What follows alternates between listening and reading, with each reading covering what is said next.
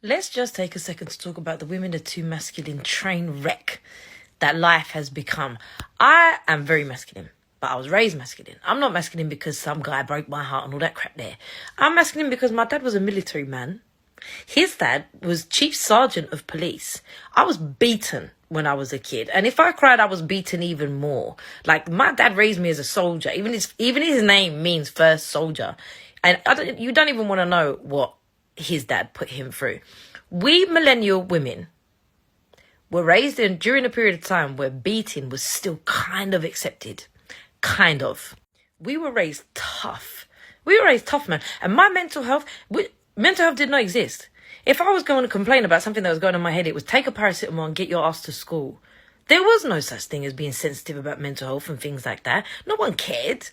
We was beaten. Yeah, obviously people weren't beaten as bad as me, but people were hit, So we're raised in an era where it's just like, this is how it is. And I'm sorry, but women have been masculine. Like, if I go to my Turkey, you go to my mum, you think my mum didn't run our house? My dad may be the head, but my mum is the neck. Let me tell you that. The way that my mum twists, that's the way that my dad is going. My dad was scared of my mum. If I go to my Caribbean friends' mums' houses, you think I'm going to say one word out of line in front of their mums? Absolutely not. My Nigerian friends' mum's house, if you think I'm going to step out of line in front of a Nigerian mum, you are lying to yourself. My mum run this house. Old school mums run. Why do you think that saying exists? Happy wife, happy life.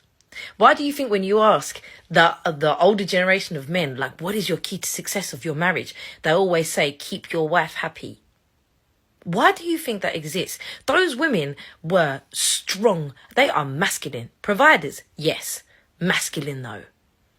I think it's more so that the men have decided that they don't really want to provide.